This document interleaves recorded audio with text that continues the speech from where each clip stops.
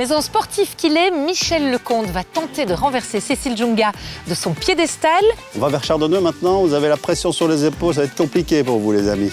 Pour cela, il a choisi un village qui lui est cher, cap sur Chardonneux.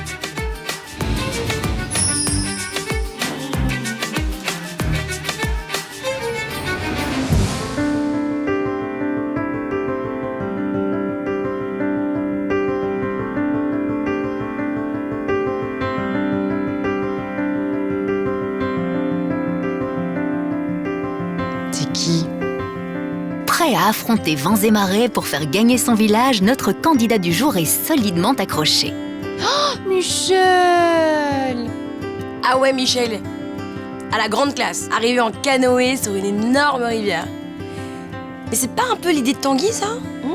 On voit tout de suite le geste du sportif avec Michel. Normal, Michel Lecomte est le monsieur sport de la RTBF depuis 40 ans cette année.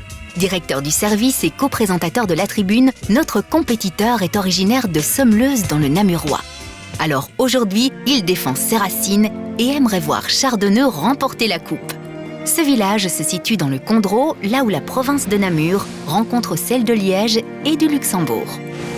Alors les amis, ça vous met pas la pression ça? Un canoë, Tanguy, c'est pas un kayak à fond plat sur la laisse ici, t'as vu le décor?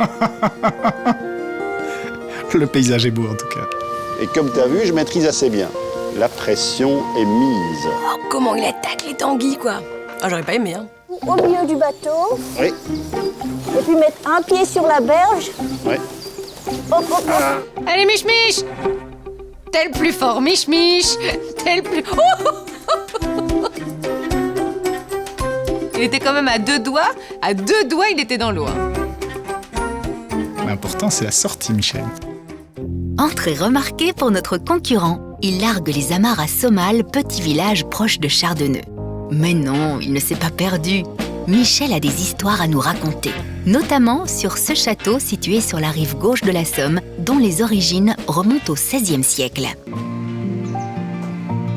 Bon alors ici, je vous ai emmené ici parce qu'on est au château ferme de Sommal. Ferme parce que c'est pour ça que vous êtes avec moi ici. Mon père est né dans ce qui était une ferme à l'époque. Mais oui, mais son papa est né là, on sent l'émotion. Ah! Moi, il a tout fait, Michel, tu as tout fait! On va vers Chardonneux maintenant, vous avez la pression sur les épaules, ça va être compliqué pour vous les amis. Puis ça tombe bien, voici justement mon taxi.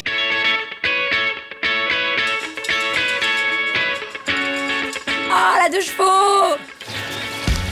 C'est autre chose que le char de Tanguy, hein. Ah ben, c'est magnifique ça, hein. Ça c'est de la deuche. Hein. Salut Michel, tu vas bien? Ben, ça va bien Pierre et toi? Allez, je viens t'emmener à Chardonneux. Eh ben c'est génial, y aller comme ça, on peut pas rêver mieux. Hein. Mais c'est la classe, on dit vintage aujourd'hui, non? Vintage, genre rétro, comme vous voulez. Le passé, c'est justement ce que Michel s'apprête à retrouver. Il prend les routes de son enfance vers Chardonneux. Ça le fait avec cette 2 chevaux là, c'est super joli. Et attendez de voir Chardonneux, charmant petit village de 200 habitants. Le lieu séduit au premier coup d'œil avec son ambiance hors du temps. Toutes construites au XVIIIe et XIXe siècle, les maisons en pierre calcaire du village arborent fièrement des portes cochères, témoins du passé fermier de ce village où il fait bon habiter. Waouh! Déjà enfant, je faisais des plans de transformation de cette maison parce que j'avais déjà en tête d'habiter ici. L'endroit est joli, hein. Même en y vivant toute l'année, on se rend compte qu'on est chanceux. Hein. On vit dans un bel endroit. Et puis les gens aiment bien soigner leur maison et c'est fleuri, c'est calme. Des fleurs qui ne manquent pas de piquant. Les chardons poussent à foison, ce sont même eux qui ont donné leur nom au village. Chardonneux, Chardon, évidemment, vous aviez deviné. Et les fleurs, c'est aussi l'atout charme d'une ancienne maison de justice à l'entrée du village, devenue une habitation. On a bien essayé, mais impossible de les compter. Ça me prend beaucoup de temps, oui, mais c'est un temps que je ne compte pas parce que je fais ça avec cœur, que j'aime bien qu'elle soit belle. Quand je ne mettrai plus des fleurs, c'est qu'il y a quelque chose qui ne va plus, parce que j'adore ça. Ne le dites pas trop, mais un autre bâtiment lui vole la vedette. C'est la chapelle romane bâtie au XIIe siècle, l'une des premières de la région et aujourd'hui protégée. Chardonneux impressionne par son calme religieux. On on y croise des vaches blanc-bleu, quelques chevaux et parfois aussi un menuisier. Dès qu'on fait la pause, qu'on coupe les machines, on entend les oiseaux qui chantent, on a le petit ruisseau qui passe là dans le fond du terrain, la vue est imprenable. C'est pas un village transitoire par lequel on transite pour aller ailleurs. Ça veut dire que c'est une grande liberté aussi pour nos enfants, petits et grands, pouvoir rouler en vélo, en skateboard et ainsi de suite. Pas de voiture, la liberté. Chardonneux, le village des gens heureux. Vous croyez qu'on exagère? Attendez. C'est vraiment splendide, hein, Chardonneux. Voilà. Il faut se perdre dans les petites rues de Chardonneux, il faut prendre le temps d'errer dans les rues et de ressentir cette atmosphère, cette magie. Magie, magie. Chardonneux envoûté pourrait faire le plein d'étoiles aujourd'hui. Ah, c'est magnifique. Michel met les gaz vers son village où une surprise l'attend pour son arrivée. Il me fait rire dans la voiture. J'ai l'impression d'être les bonnes sœurs, là. Vous voyez les bonnes sœurs dans le film de Funès, dans Les Gendarmes, avec la tête qui dépasse. Oui, Fanny, et vous ne seriez pas mal dans le rôle de sœur Clotilde. Vive Michel! Vive Chardonneux! Incroyable, c'est bien, hein? Ah oui, c'est génial. Vive Chardonneux! Vive Chardonneux! Ah, ça c'est chouette. Super surprise. C'est magnifique ça, merci, merci. Merci. Et ça c'est Chardonneux, hein? Waouh! Ah, franchement, ça fait chaud au cœur. Hein. Et avec ça, les gars, vous n'avez pas gagné, hein? La tête du peloton, maintenant on l'occupe. Vive Chardonneux! Mais je vois que des moyens ont été déployés pour Michel Lecomte. Tout le village est là, on l'accueille comme un roi. Et les amis, avec un accueil comme ça, est-ce qu'on doit encore et déjà vous expliquer pourquoi on va gagner avec Chardonneux? Bah non, l'aventure commence et vous allez l'entendre. Vive Chardonneux! Vive Chardonneux! Vive Chardonneux! Oh, j'ai même limite envie de crier vive Chardonneux. Mais je ne peux pas. Il y a mon bras qui se lève. Non, non. Ah, quel accueil. Purée, mais comment ça se fait que lui, il a cet accueil-là? Allons, pas de jalousie. Vous l'aurez compris, Michel vient d'ici. Alors pour trouver un produit local, premier critère évalué, il n'a eu aucune difficulté. Cueillez vous-même. Voilà Michel, je te laisse avec Katia et Jeroen. Ce sont des gens formidables. Ah bah écoute, on va voir ça, hein, dis. Katia, Jeroen et bonjour, Michel. Comment ça va? Bonjour. Bien, bien. Bonjour Katia. Bleu, bleu, l'amour est bleu, comme les myrtilles, ou plutôt les blueberries. Depuis 2008, ce couple d'enseignants s'est lancé à mi-temps dans la récolte de ces baies américaines. Plus sucrées, plus grosses et juteuses que les myrtilles traditionnelles, elles font la renommée de Katia et Jeroen. Ils en sont les seuls producteurs en Wallonie. Il paraît que vous faites un produit fantastique. C'est quoi? Pourquoi c'est fantastique, cette myrtille-là? C'est une myrtille qu'on ne cueille pas dans les bois. Ce n'est pas les vraies myrtilles européennes, c'est les myrtilles américaines, canadiennes. Et on a des buissons et il y a même moyen de cueillir soi-même. C'est trop bien le principe. Je connaissais avec les fleurs, je ne savais pas avec les myrtilles. Pas mal. Et on y va? On va la cueillette alors? On y va. On va t'équiper pour... Et il y a de quoi faire. Avec 5000 arbustes et 5000 mètres carrés, Katia et Jeroen se sont dit qu'ils pouvaient quand même partager. Ils accueillent les visiteurs et parfois même des écoles pour la cueillette. Les amis, pour gagner avec mon village, nous allons aller à la cueillette des myrtilles. Michel, un peu de... Hein? Faut gagner ce jeu, hein? Je suis prêt, j'ai besoin de quoi? Tu fais... Je vais t'équiper, hein. D'accord. Pour commencer, j'ai un mousqueton. C'est plus pratique. On attache le seau à votre ceinture. Parfait. Et comme ça, vous avez 2 mains libres pour cueillir. Pourquoi il faut le faire à 2 mains? Il vaut mieux parce que c'est des grappes de fruits. Et le moment qu'on touche et qu'ils sont vraiment mûrs, ils commencent à tomber. Et pour qu'elles ne tombent pas par terre, il faut que tu mettes 2 mains en dessous de la grappe et que tu commences à chatouiller. Il doit quoi? Il doit chatouiller la myrtille? Donc il faut être délicat. Il faut être délicat. Tu passes 2 mains en dessous, tu commences à chatouiller et voilà, les mûrs, ils tombent dans nos mains. Ouais. Et ceux qui ne sont pas mûrs, ils resteront là. Délicat, Michel. De la délicatesse.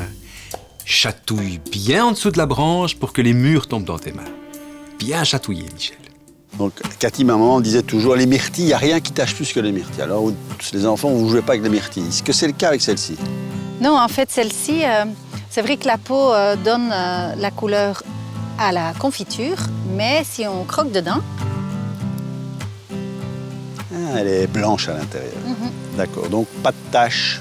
Non. Je connaissais pas du tout cette variété de myrtille, ça donne trop envie. Et cette variété, elle s'appelle Noui. Et c'était le premier fruit que j'ai goûté. La première myrtille que j'ai goûtée. Et alors, ce cueilleur a un petit côté Denis Brognard. Vous voyez, Koh-Lanta. Bon, là, il y a moins de moyens, hein. On est à la RTBF, hein, donc il n'y a pas 15 rescapés, il y a Michel Lecomte qui mange des myrtilles, quoi, c'est pas...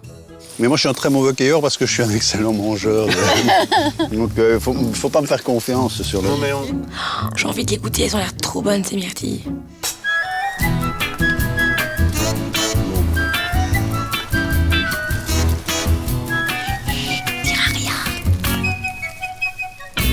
Il a pris combien de kilos sur ce tournage? Un très bon truc, alors, Yeroun. Oui. Ici, ils font chanter les enfants quand ils viennent à la cueillette pour que les enfants, en chantant, soient sûrs qu'ils ne mangent pas. Donc, c'est ça que les grands-parents font. C'est une très bonne idée, ça. Ça peut être chouette de faire ça avec les enfants, quand il fait beau, en tout cas. Hein. Ça peut être chouette. Michel, en tout cas, semble apprécier. Fini de remplir son panier, notre cueilleur va maintenant pouvoir peser. Bon ben voilà, moi je suis pas mécontent de ma cueillette. Hein. Yeroun et Katia, ça c'est pas mal. Hein. C'est très bien. Non, je suis très content. Bon, maintenant, il va falloir peser tout ça. Hein, Katia. Ça, vous aimez bien ce rapport-là avec les gens qui passent cueillir et vous rendre visite? Ah oui, les gens, ils adorent venir cueillir eux-mêmes et puis papoter un petit peu. Et pour le reste, c'est vrai qu'on vend beaucoup en circuit court. On va les peser et puis on va faire un petit cadeau. Moi, je suis grand seigneur, hein, je la sens bien cette victoire avec Chardonneux. J'ai envie de goûter. J'adorais l'escavèche de Tanguy, hein, mais là, les myrtilles, j'ai envie de goûter aussi. Un atout supplémentaire que je vais, grand seigneur, vous laisser déguster puisque j'en rapporterai à chacune de celles que je connais gourmandes. Moi. Et puis, vous verrez que comme ça, Chardonneux aura une chance de plus, j'espère, de s'imposer. Michel, il se croit au Tour de France. C'est vraiment un truc de fou. Sauf que ce n'est pas le maillot jaune qu'il veut remporter, mais des étoiles pour son village adoré. Ses adversaires seront-ils généreux? Vive Chardonneux!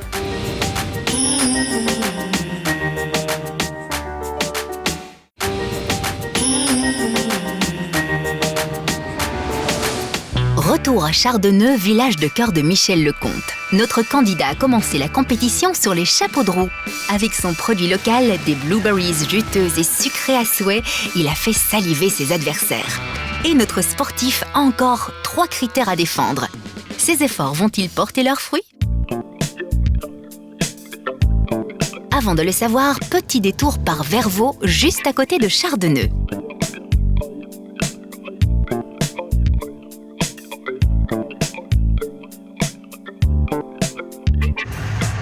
Le village de mon père, et maintenant c'est un peu le village de ma mère.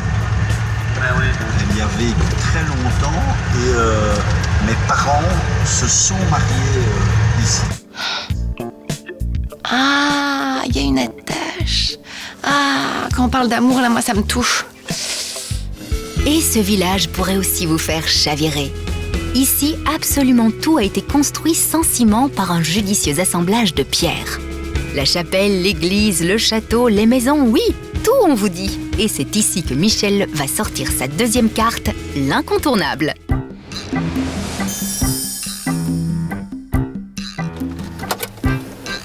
Ah bah. Bon bah Pierre, merci, on se revoit tantôt. Hein. Ok, salut Michel, à bientôt. Pays de connaissances ici. Ben oui. Alain Collin. Salut Michel. Et j'ai l'avantage d'être avec le président des plus beaux villages de Wallonie, en charmante compagnie. Bonjour. Voilà. Est-ce qu'on peut voir le règlement du concours? Ça s'appelle pas un peu de la triche, ça? Maître huissier qui nous regarde. De la triche? Oh, ça jamais. Habitant de Chardonneux, amoureux de son village, Alain Collin décide de créer le label des plus beaux villages de Wallonie. Son but, promouvoir toutes les jolies perles du sud du pays grâce à une association. Julie Rizen, quant à elle, gère la maison du tourisme Condro-Famenne. Ensemble, ils font la paire. Bon, Alain, ça date d'il y a combien d'années, cette initiative? En fait, l'association des plus beaux villages de Wallonie, on l'a créée il y a 25 ans. Et c'est une idée qui est venue notamment à Chardonneux avec la rénovation du village à l'époque, etc. Alors, ici, Julie, très spécial et particulier à cette région qu'on découvre, ce sentier des arts. Oui, donc en fait, on découvre une des 42 œuvres du circuit qui fait plus de 140 km et qui traverse 6 communes du territoire de la Maison du Tourisme. Donc on est ici sur la commune de Sommeleuse, mais aussi on vient de Havelange, on va sur Ramois, sur Ciney, sur Gèves et Ohaye. Et donc oui, une quarantaine d'œuvres d'art à découvrir, soit à pied, soit à vélo, comme on peut le faire ici. Et la particularité, c'est qu'on a imaginé aussi des plus petites boucles, plus familiales, voilà, plus accessibles à tout le monde. Ce sera parfait pour nous. Plus besoin de voyager. Ici, des artistes du monde entier sont exposés. Sélectionnés par un jury, ils sont invités 10 jours dans notre plat pays pour installer leur création, toujours assortie d'une explication. Des œuvres sensorielles et organiques qui envoient du bois. Ça, je trouve ça vraiment original. L'art dans la nature, on a l'habitude d'aller voir ça dans les musées, mais là, de pouvoir en même temps profiter de l'extérieur, c'est assez séduisant. Très bien, on traverse les 6 portes. Allez. Le parcours est sportif, bucolique et très varié. Pas de panique, avec un vélo électrique, tout le monde arrive à le cheminer. On traverse certains villages, on traverse des bois, on traverse des champs, des prairies. C'est toute la richesse du Condroz et de la Famenne, où ici en Famenne on va trouver un peu plus d'élevage, moins de champs. Et voilà, on va traverser de jolis petits villages et on va arriver dans le village de Heure en Famenne. Particulièrement touchant pour moi parce que c'est là que mon grand-père et ma grand-mère sont enterrés, paternels. D'accord. Oui, une histoire un peu de famille à Heure. Voilà. Ça doit être émouvant ça pour Michel, de retourner sur la terre de ses aïeuls comme ça. Strutting down the street, got a rhythm in your shoes, shuffling away the blues, Mr. Taptoe, you haven't any. Et ce coup de pédale, un certain Eddie doit être consterné. Avec un deuxième cycliste dans la course, Jérôme se sent-il un peu concurrencé? Deuxième œuvre ici, Julie. Nous voilà face à une série de nids qui sont tressés dans du saule et qui sont entrelacés comme ça ici et accrochés aux branches d'arbres, comme tu peux le voir. Ouais. Et donc il y en a 6. C'est réalisé par deux artistes français. Ouais, beaucoup d'originalité quand même, bien intégré au décor dans lequel on est. C'est chouette. On croirait voir bientôt apparaître un marsupilami. Il ne manquerait plus que ça au beau village de Wallonie. Un marsupilami à Chardonneux, il n'y a plus de discussion. On est en the top. Hein. Bon, si tu trouves un marsupilami, je te mets 10. Ou bas. Et pourquoi pas? On ne sait jamais. Rigole pas. En tout cas, ce que Michel est sûr de trouver dans la forêt, c'est un abri pour la nuit. Certaines œuvres sont conçues pour accueillir les promeneurs. Ça vous dit? C'est un des 6 abris des sentiers d'art. Donc sur les 140 km, plus ou moins tous les 20-25 km, il y a un abri qui invite le randonneur à se poser, que ce soit quelques heures ou une nuit. On rejoint l'originalité déjà de la balade avec ces œuvres d'art en extérieur. C'est vraiment un concept, là, pour le coup, très insolite. On peut passer la nuit, là? On peut passer la nuit. C'est un abri, hein. Oui, donc en fait, ça veut dire qu'on est juste protégé. Sommaire, voilà. Pas de salle de bain. Trop bien! Quelle bonne idée de logement insolite! On y va, mais on a une dernière œuvre, Julie, non? On a une dernière, oui. Ouais.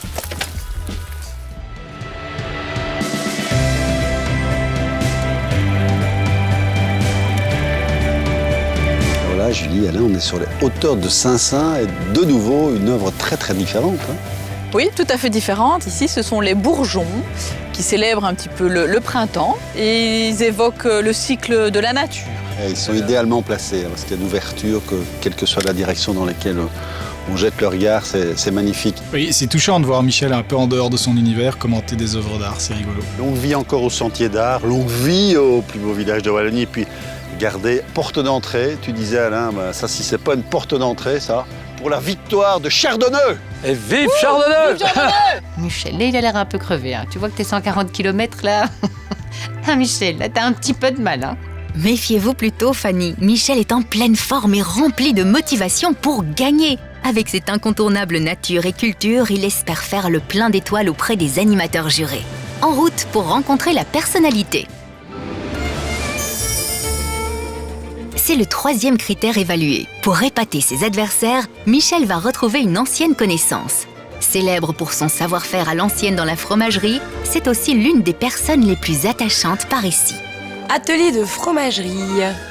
Évidemment, c'est la fromagère du Gros Chêne.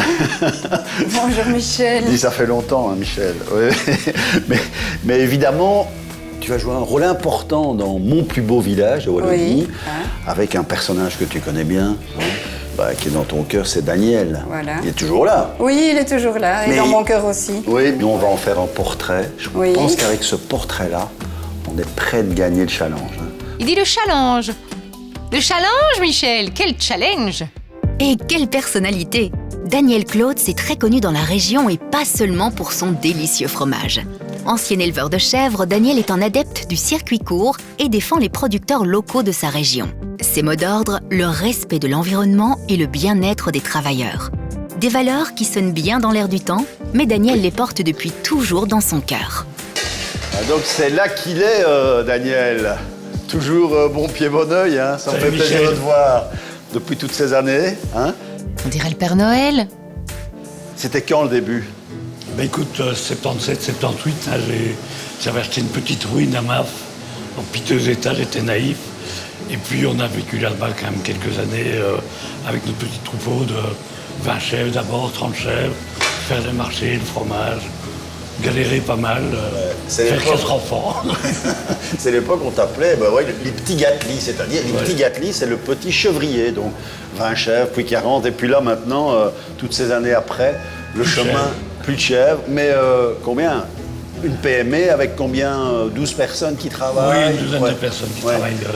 Bon, et un sentiment quoi alors, Daniel, de tout ce chemin accompli dans lequel quand même tu as galéré? En fait, on ne réfléchit pas beaucoup, on vit un petit peu au jour le jour, et c'est vrai qu'il y a, si on se met un petit peu à l'extérieur, quand même de la satisfaction, parce que c'est un petit peu mon rêve de jeunesse. Je ne dis pas qu'on réussit à 100%, mais on fait une économie qui ne nuit pas à l'humain, qui ne nuit pas à la nature, et voilà, qui en plus crée des bonnes choses.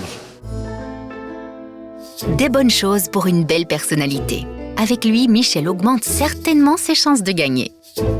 En attendant, pensionné cette année, début d'année, et quand même toujours au boulot. Oui, mais j'essaie de lever le pied et de céder la place aux jeunes, mais céder la place aux jeunes, ça veut dire aussi qu'il faut transmettre un petit peu ce qu'on a appris en 40 ans de carrière. Bien vu, monsieur. Bien vu, Daniel. Oui, mais en attendant, aujourd'hui, il y a le père Daniel, il y a la mère Michel, j'ai vu le picoleur. Oui, c'est pour le fun. Ça ne m'a qu'à moitié surpris venant de toi. Oui. Oui, mais on aime bien aussi faire un petit peu de second degré, un petit peu. Oui. C'est aussi une chose importante dans la vie, c'est de faire un travail sérieusement, avec sérieux, mais pas se prendre au sérieux. Quoi. On est bien. Je pense que c'est vraiment essentiel. On est vraiment bien d'accord là-dessus. Tu sens que Michel, il a trouvé à qui parler, là. C'est touchant comme dialogue. Et puis tu sens qu'il a des étincelles dans les yeux. Michel, tu sais ce qu'il m'a dit du fromage de la mère Michel? Non. Il m'a dit que c'était un fromage d'une peau de vache. Et qu'est-ce que tu penses du père Daniel? Je pense que c'est un vieux bouc. Voilà, c'est fait. Et vous avez compris qu'avec une personnalité de référence comme Daniel, Chardonneux va terminer en tête du classement des plus beaux villages. Alors qu'est-ce qu'on dit, Daniel? On dit vive Chardonneux! Et vive Michel qui ne lâche rien pour tenter de gagner. Ses adversaires vont-ils eux aussi s'attacher à cette personnalité forte et pleine d'idées? C'est l'heure de l'activité, 4e critère à défendre. Entre 2 chevaux et âne, n'oubliez pas vos bottes en caoutchouc. Cette fois, c'est à la ferme que Michel nous emmène. On est avec Suzanne parce qu'on est à la ferme, mais on va faire du sport, Suzanne. On va faire un golf fermier ou un golf champêtre. C'est quoi ça?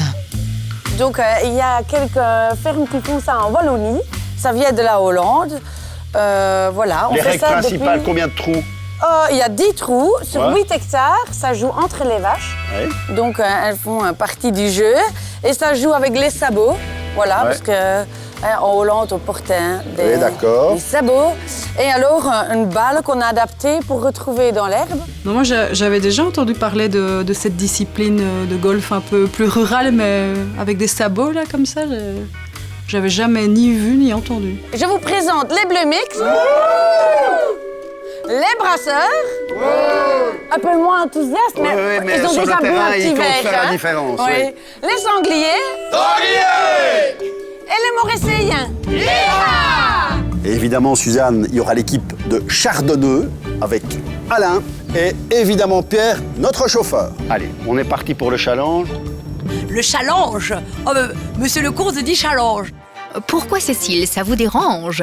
Le golf fermier, c'est comme le golf traditionnel, à quelques grosses exceptions près. Les obstacles sont l'eau et le bétail. Si la balle touche un animal, vous perdez un point. Ça, c'est vache. Avec des vaches? Tu veux commencer? Ben évidemment. Hein. Ah. Bravo! Joli! Oh là! Waouh! Bravo! Mais les Jeux Olympiques ayant été annulés, voilà, on a quelque chose qui peut remplacer. Oh, bravo! Bravo! Voilà. Les gens ont l'air de s'éclater, c'est chouette, c'est assez contagieux.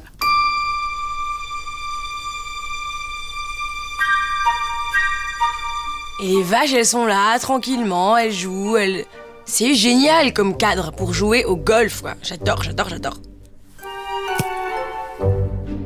Moi, j'aurais peur de toucher une vache. Hein. Ouais, c'est du croquet, quoi.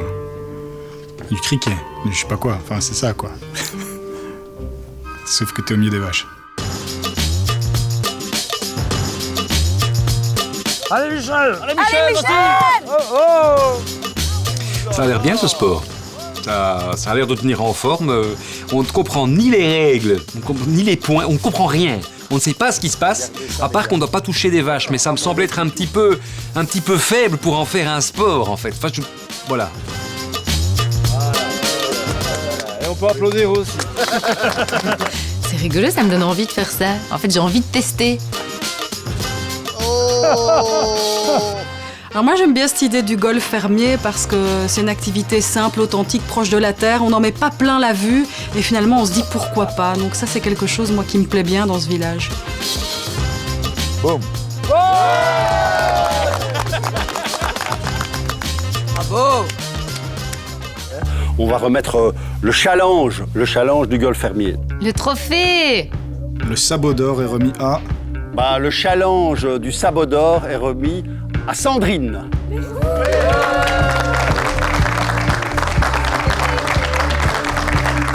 Bravo Sandrine! Sandrine est comblée. Michel aussi, car c'est l'heure de déguster les produits locaux. Fromage, bière et jus du verger. À quoi de mieux peut-on rêver? Ah oui, à la victoire. Qui sait? Bon Pierre, on trinque une dernière fois. Merci beaucoup de m'avoir véhiculé. Hein. C'était très sympa, belle rencontre. Et puis derrière les gens, derrière les murs, tu m'as fait découvrir les gens et ça c'était bien sympa aussi. Alors 3, 2, 1, une dernière fois. Vive Chardonneux! Santé! Toast bien mérité après cette compétition acharnée. Notre candidat du jour s'est donné sans compter entre récoltes gourmandes, balades en nature décorée, amitié solide et golf réinventé. Allez Michel, vas-y! Et on va crier une dernière fois. Vive Chardonneux! Mon cher Michel, Chardonneux, village bucolique, authentique, simple et proche de ses habitants. J'ai adoré l'activité du golf fermier. Alors en tant qu'artiste, moi j'ai adoré la balade culturelle avec les œuvres d'art à vélo, c'est une trop bonne idée. J'ai trop hâte de la faire un jour. Véritablement, je te félicite. Autant sur terre que sur mer, tu es extrêmement à l'aise. Et c'est beau, en tant que rédac-chef des sports, de participer à un sport qui n'existe pas et dont personne n'a jamais rien compris. Il y a une véritable histoire familiale pour Michel dans ce village de Chardonneux. Donc ça me touche beaucoup. Puis Michel, il a un côté un petit peu très bienveillant. Et ça s'est super fort ressenti ici à Chardonneux. On voit assez vite qu'il y a une belle ambiance derrière chacune des activités qui a été faite, que ce soit cueillir les myrtilles, que ce soit aller chez le fromager, que ce soit faire le golf fermier. Tout ça, ça dénote quand même d'une bonne petite ambiance de village. Donc je sais pas si j'irai visiter Chardonneux, mais en tout cas, ça m'a donné envie de vivre Chardonneux. Les animateurs craquent pour Chardonneux. Mais en ce qui concerne les étoiles, seront-ils généreux? Alors pour Chardonneux et le village de Michel, je vous attribue 1, 2, 3, 4, 5, 6, 7 étoiles. Pour Chardonneux, Et pour Michel, je donne un code de 8 étoiles. Michel, pour Chardonneux, je te mets 8 étoiles, tout particulièrement pour l'ambiance qui a l'air d'être celle d'une arrivée du Tour de France. Ça a l'air assez extraordinaire et je me réjouis de venir voir ça à l'occasion. Michel, je te mets, pour toi et ton village, 9 étoiles. Michel, pour Chardonneux, qui est vraiment ton village de cœur, de tes origines, de tes racines, je t'attribue 9 étoiles.